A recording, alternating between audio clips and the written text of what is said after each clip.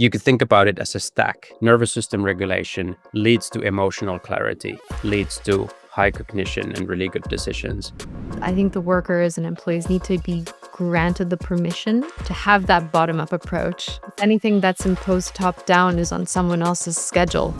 And that was kind of a realization. You can have the awakeness of coffee and the calm of meditation at the same time. Our guest today isn't your typical founder. Markus Pesonen has spent the last decade traveling across jungles, mountains, and remote islands, recording over 1,000 hours of nature's purest sounds. From the rainforests of São Tomé and Príncipe to the glaciers of the Alps, he's captured the frequencies that most of us will never hear, the kind that calm the human being's nervous system at its core. Before founding Olo, Markus built retreat centers, studied psychosomatic therapy, and led more than 10,000 live sound experiences around the world. His obsession? Understanding how sound, not meditation, not mantras, can rewire the body's response to stress in minutes. The result is something between science and art, a Pixar of sound for human performance that's now being used in luxury wellness centers, longevity clinics, and by high-performing founders and executives who quietly call it their secret weapon for focus and recovery. Markus isn't here to sell calm. He's here to explain why, in a world run by AI, your nervous system is your leverage. Markus, welcome to the show. Thank you, Melody. It's great to have you on. I'd love to kick things off with you talking a little bit about the global epidemic of dysregulated nervous systems and what that looks like day by day. Yeah. Yeah, I do believe that nervous system connects to so many areas of our health, from mental health, but also so many other bodily functions that are connected to it. And somehow it's one of those big levers, I think, that we actually have a lot of power over. And sometimes when we think about the nervous system dysregulation, our mind immediately goes to anxiety and stress, which is a big one. But it's not like the only expression of it. So that would be a hyper arousal when we're just, racing thoughts, difficult to fall asleep, restlessness. There might be like tight chest or different somatic symptoms of it. It shows up obviously different for different people, but overthinking, that kind of thing, not able to slow down. But then there's also something called hypoarousal, which is basically the opposite of emotional numbness, flatness, emptiness, exhaustion, maybe disconnection from the body, that kind of free state, lethargy, apathy. So those are nervous systems that are underactivated, and that numbness is equally a problem. Then there's a couple of more, and the third one would be oscillation between the two. So you might be tired but wired, or you might be like cycling between this anxiety and numbness, maybe restless but unable to act or difficulty to make decisions, things like that. And then finally, there's also functional but rigid regulation. So that would be maybe the type A perfectionism that will just power through whatever. And there's actually a chronic tension or over efficiency, maybe emotional suppression or something like that. And it's just like, this, I'm fine. And you just keep going. And it's quite common also for, I think, all of us to experience variations of those. And there's a lot of moments in life where we just have to keep going, and we might have to I'm going to deal with this later, and now I just have to get this thing done. But obviously we cannot do that forever. And I think there's a lot of ways that, for example, exercise could be a good example. Like, it's a very healthy thing to do. But sometimes if you're chronically stressed, you do a lot of exercise to feel a relief from the stress, because you're activated, you go even more activated. And then when you come back, it feels like less, but actually you never went all the way down to really let go for a moment. I think we see that a lot in this hyper-productive society, especially when you look at, like, the startup bro mentality where you're waking up super early, you're doing your ice plunges, you're being super, super productive, and yeah, maybe not even going to the core issue. You mentioned a few of those types of dysregulated systems. Hmm. Which ones do you think are most prevalent in business? And why is it a problem that it's not being solved? I think one of the things that is important to understand is that our nervous system activation has a big effect on our brain health and brain function and decision making capacity. Um, and I'm not against, like, I was born in Finland. We go to sauna and cold plunge, basically since birth, and that's just something. There's a lot of habits that are really good. Exercise is extremely good. What we're talking now about is learning the language of one's own nervous system. And this is not like one size fit all. It's just about being curious, like how we're wired. And if we notice what are our kind of like red flags when things get tough.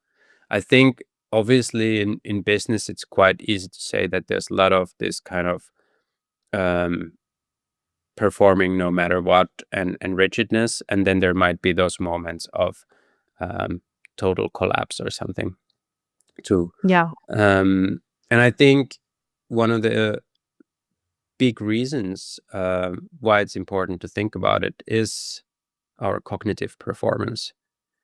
You could think about it as a stack, kind of nervous system regulation leads to emotional clarity, leads to high cognition and really good decisions. Um, but there's 4 times more pathways from the nervous system to the brain than the other way around. So if we want to change our mental function, is actually through the body that we have the best chance to have an effect. that's really interesting. Um, I'm keen to dig deeper into that later on the show. Actually, I think we live a lot in our heads, and especially when we're working, we're very much up here. And at the end of a long work day, I don't know many people that go down into their bodies really to just reset. Um, and yeah, like it's kind of scary. You see these cycles of productivity that keep getting promoted, and like you said, there's no end until you've burnt yourself out, and then you always have to start from zero. Um, Very interesting. Um, so yeah, we've chatted about this before, and you've said that deep is fast. Can you unpack that for founders and business owners who equate productivity with speed? Yeah, I think I guess it's my version of the slow is smooth and smooth is fast. But the idea, obviously, you cannot do everything deeply. But I think hopefully all business owners and founders know that there's certain areas of your business where doing something deeply um, well gives disproportionate returns. That there's just some area where you have to be best in the world. There's some area that where you showing something exceptional will be something worth talking about. And unlocking some part of your business where doing something really well matters. I think it's important to notice that because some of those can be, it can be like a abstraction that unlocks some kind of growth loop. Like some of those good ideas do matter. There's sometimes this saying that ideas are just 1%, everything is execution. But I think why aren't there then like a lot more really good ideas?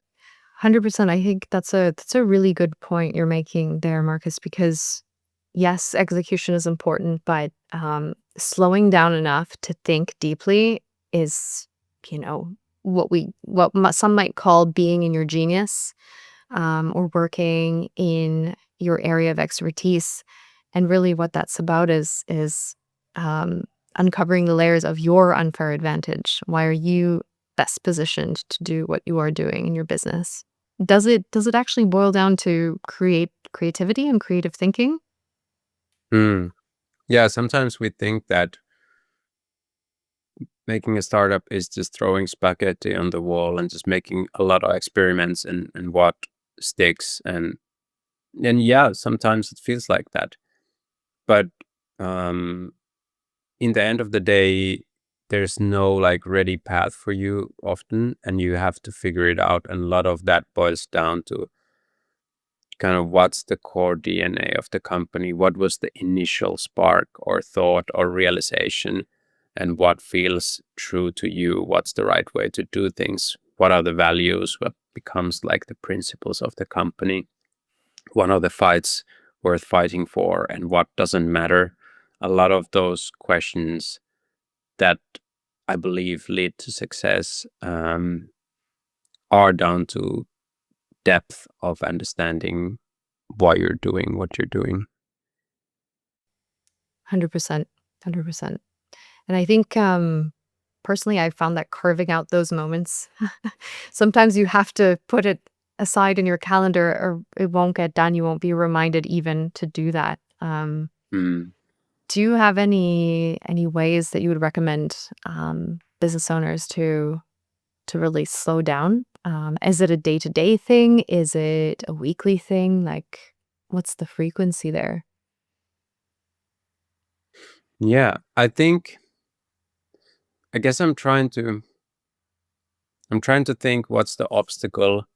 Maybe it's even like when we hear the word slow down, it might fight against the speed that we're trying to Achieve. get to with our business. And often mentally, it feels like a lot more than it actually is to take a moment. So sometimes it's just like noticing, like you said earlier, we sometimes forget that we live in our heads and forget that we have a body. Sometimes it's just noticing that you have a body, and that might take you like 1 second. Or then it might be taking a deep breath or get up or stretch the body, like pendiculate, which is a kind of a reset for the nervous system. That might take like 10 seconds. Um, there might be a moment where something's really uncomfortable. Something happens that is like, oh shit, like it really didn't go like we wanted. And maybe it requires us to lean back and close our eyes and just feel like wh- what's the feeling in the body? Like this is kind of really uncomfortable now. Instead of just like maybe reacting and trying to run away from the pain, if I just allow myself to feel it. And this is completely, I think, irrational, but works like magic. And if you haven't tried it, it's very hard to believe that it works. But when you feel really uncomfortable about something, by feeling the uncomfortableness in the body is the fastest way to let it go. And it's so counterintuitive because in the moment when it feels awful, it feels like this might feel like this forever. Now I will do anything to get out of this and Yeah. distract myself. And actually, by feeling it, it will pass the fastest.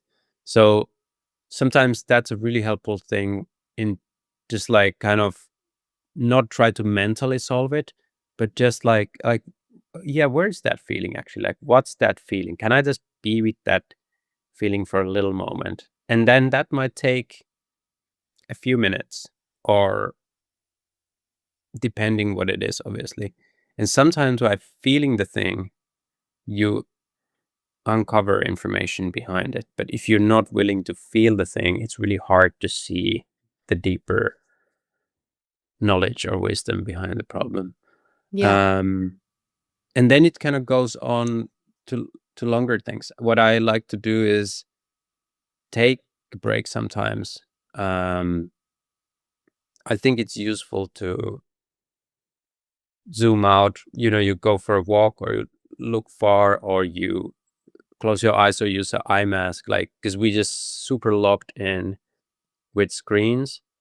And I think by changing your body position, like closing your eyes, by changing your environment for a moment, like all those kind of things actually are very easy ways to impact the um, inner world. Like our brain function actually maps a lot on our environment, and by changing the environment, we can kind of influence a lot and thinking and decision making. And sometimes you need perspective shifts, and that's one reason why we then build also Olo. You can change your felt environment as fast as possible. With sound, it's kind of like a fastest way to change what your body and mind perceives your environment to be.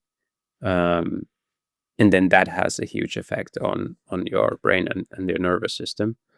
So I guess what I'm trying to say with all of these examples is that it doesn't always require a 7-day retreat somewhere, even though it can be great, or a 1 hour or 90-minute session with a coach or therapist, which is great. And everybody should use the whole kind of suite of tools that is available to them.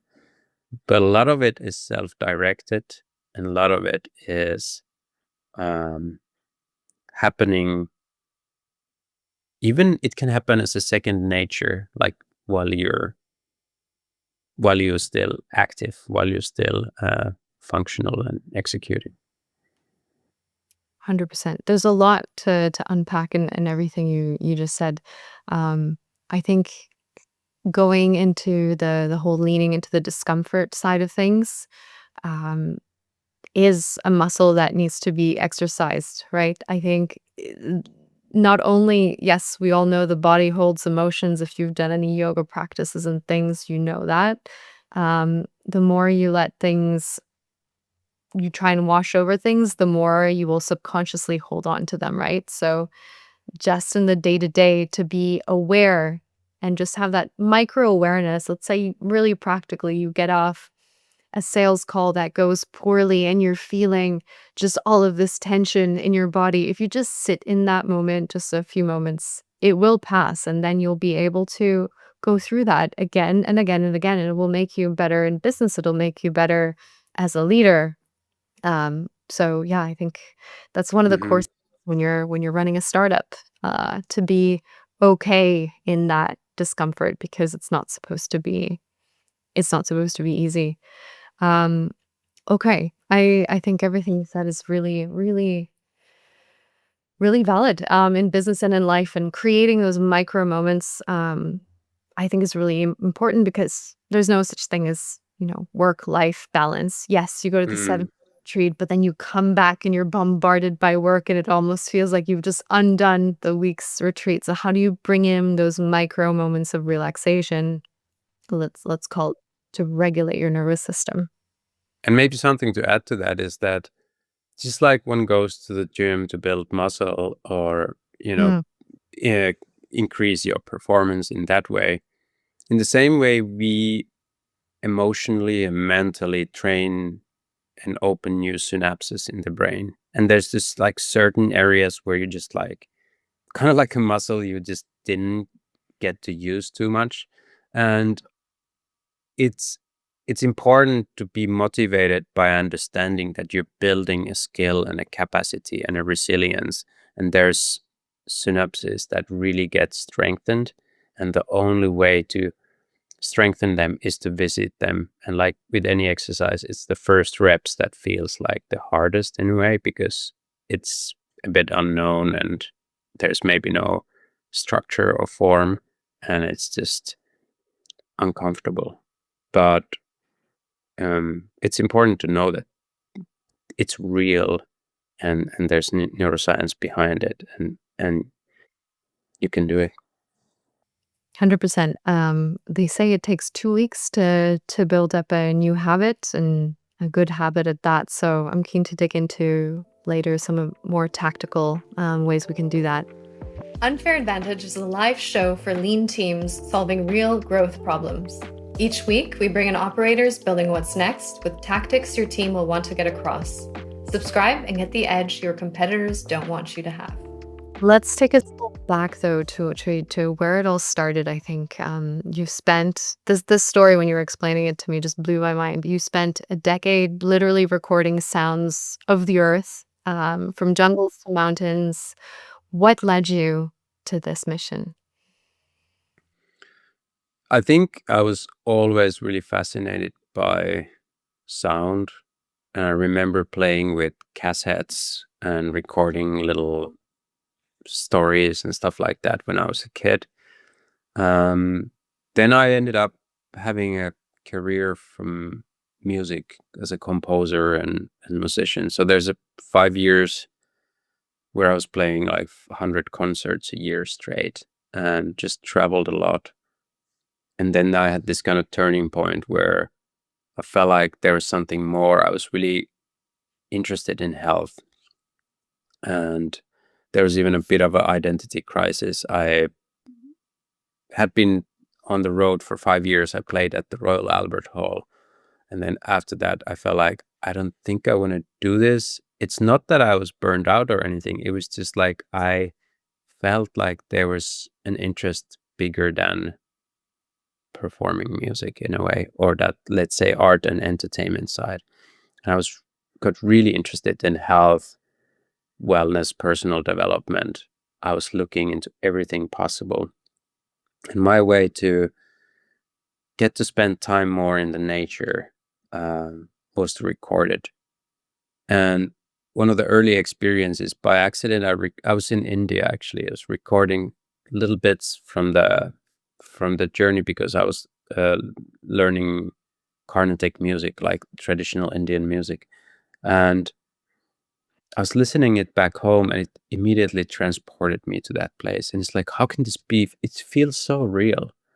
I was just listening to that, and it's like, it feels for a moment like I'm there. And I got really curious about that. So um, with my partner Katarina, who's psychosomatic educator and mental health professional, started to record these things. And in the beginning, we just basically recorded stuff, then booked up a workshop. People came. I was kind of live mixing these audio journeys for people from this nature sounds. And the results were really astonishing to us, how effective it was, how deep experiences people had. And that kind of led us to have this research project. What's the therapeutic potential of immersive audio?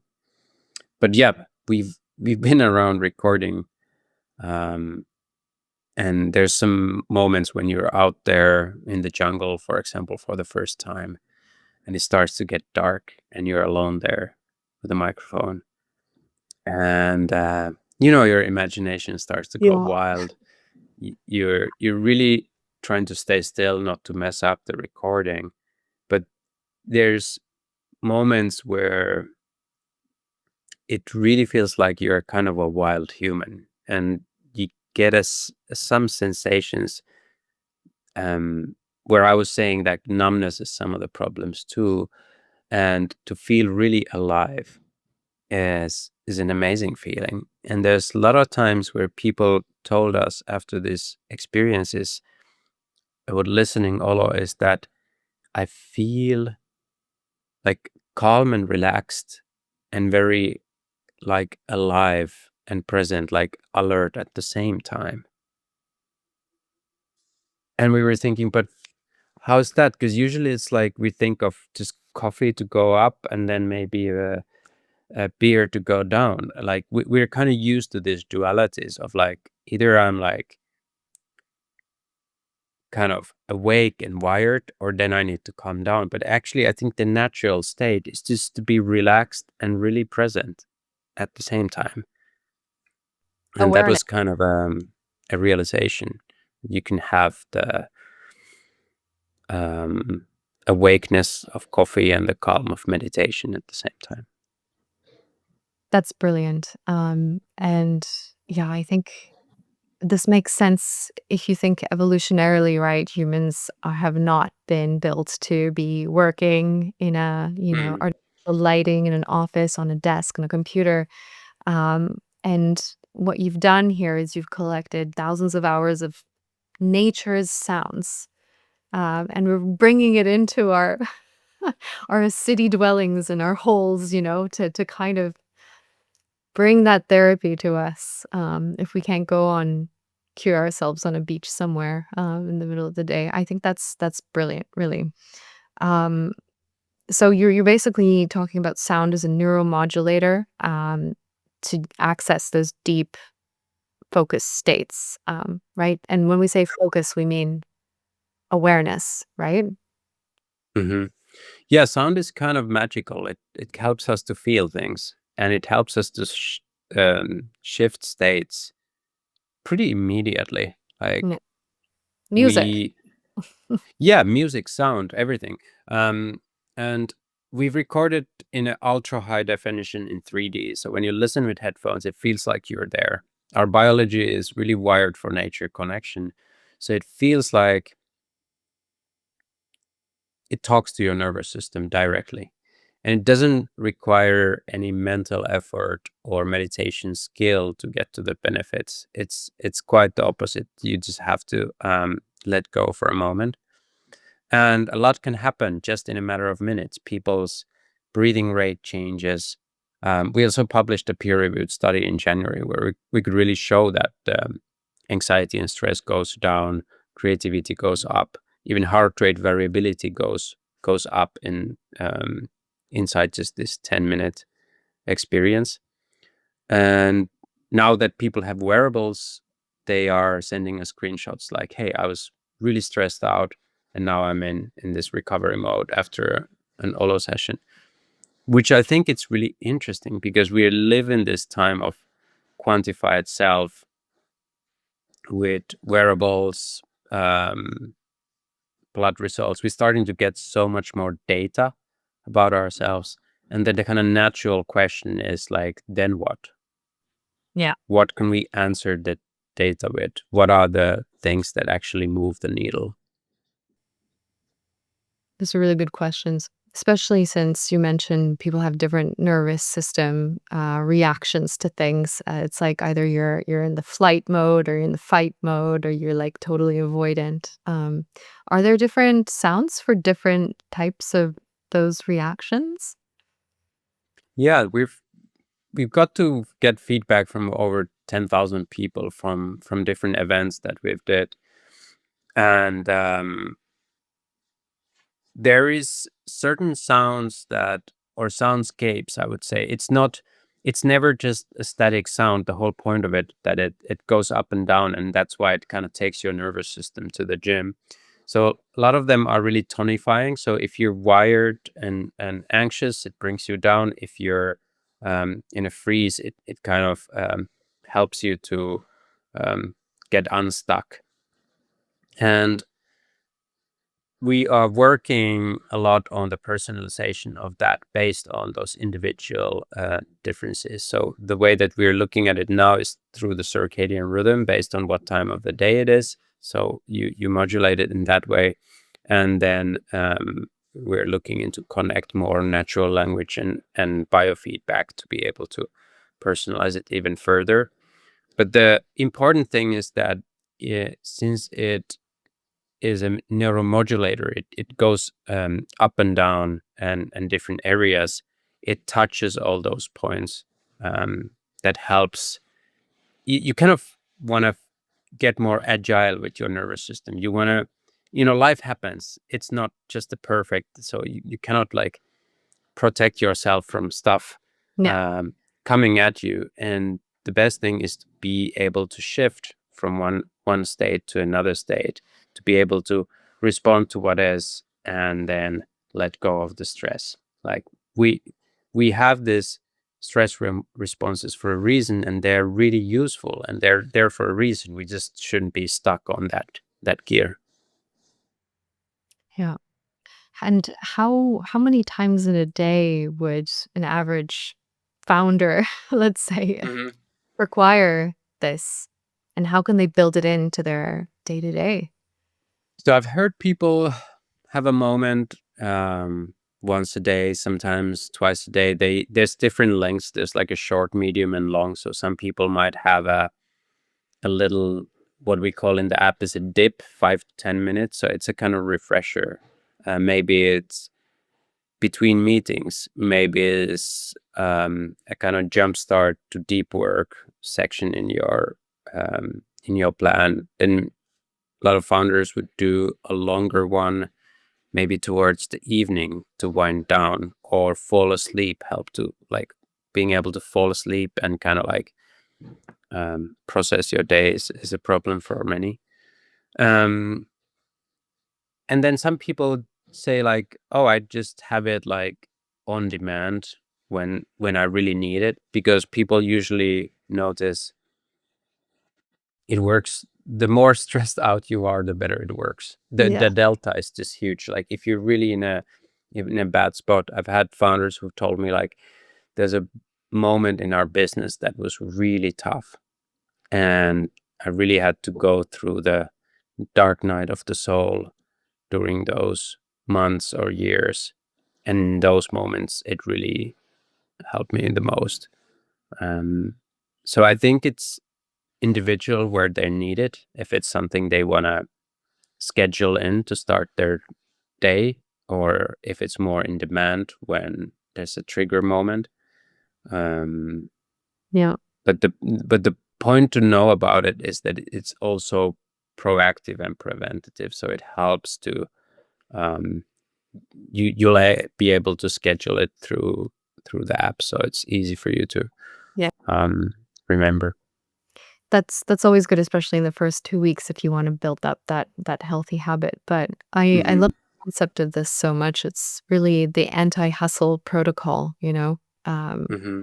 Completely counterintuitive, view on productivity, actually. Do you see this shift happening more and more, now versus 5, 10 years ago?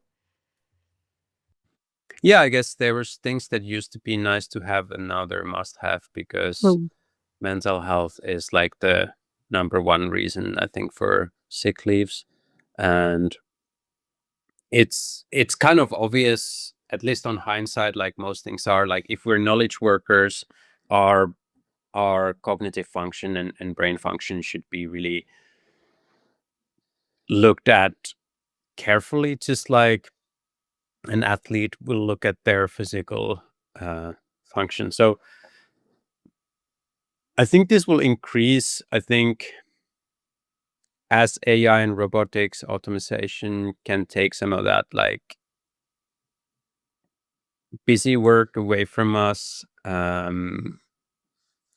think it will be natural for us to start to think of like where's the deep human skills that give us a special edge in the workplace or when building businesses. Where are the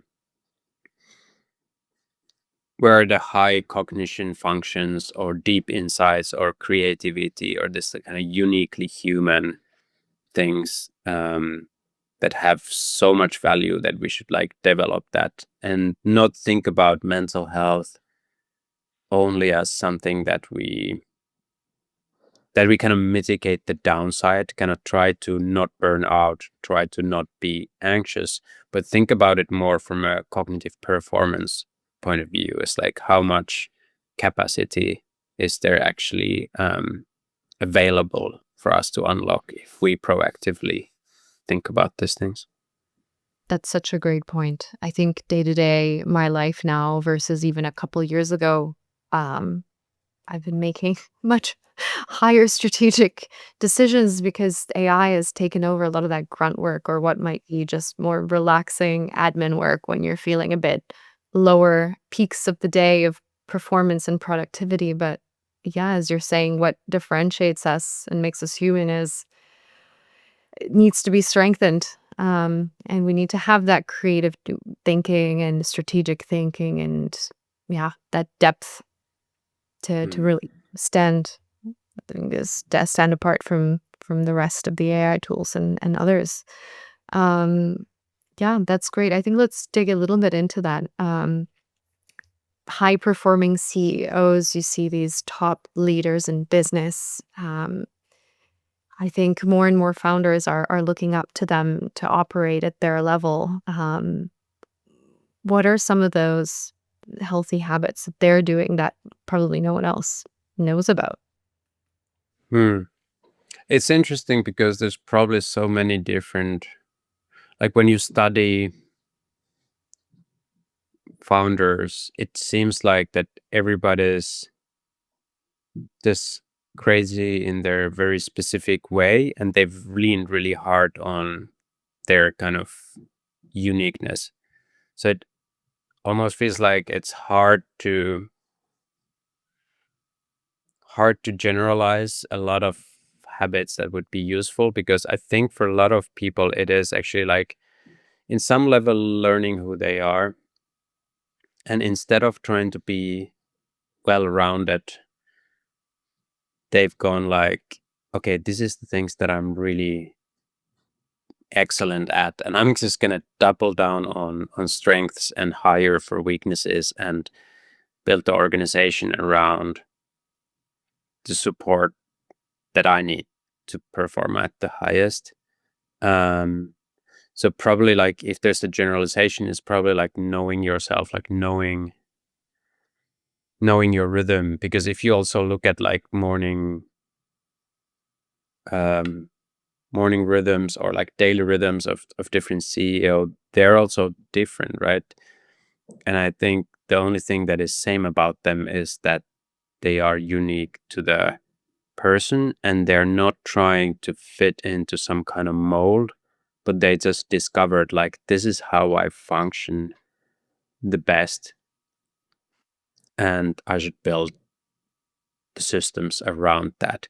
So when I said like learning the language of your nervous system, that would be one part of it. Like, this is how I get the day going. This is where my peak hours are.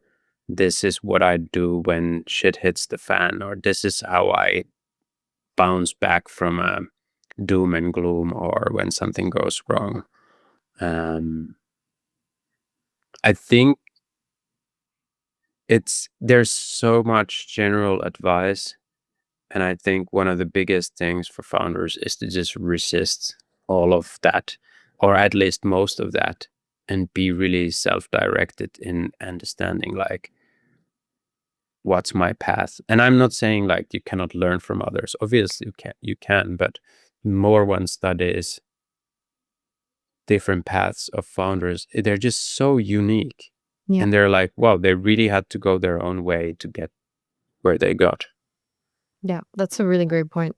It's probably why they're founders in the first place. They broke out of a mold and started building their own way.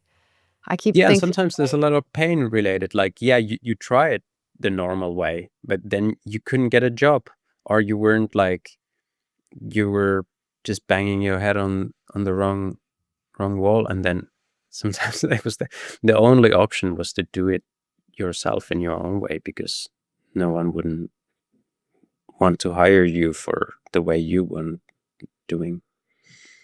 you also make a great case for flexible working. And let's say you are not hiring a founder, you're hiring a worker in your company, and you want them Mm. to perform at their best and be motivated and happy and keep them for a while. And I think the way we're operating as a society is quite outdated. So to create room for those, uh, yeah, that flexibility basically throughout the day is really Yeah, I important. believe that there's a huge, not just inefficiency, but kind of lost opportunity of human potential by, if we don't recognize um, the uniqueness, or at least the certain types of people, and if we're not curious about what would it take for them to um, be at their best, or even overcome what thought they they thought was possible. 100%. I think I'm going to ask you a question on that. What does a calm or regulated company look like in the year 2030, Marcus, to you? What would that look like? Probably it looks like a company that, and I'm not gonna like emphasis too much on the calm, but let's say it's really like aligned to who the people are, the ways of working and so on. I think it looks like a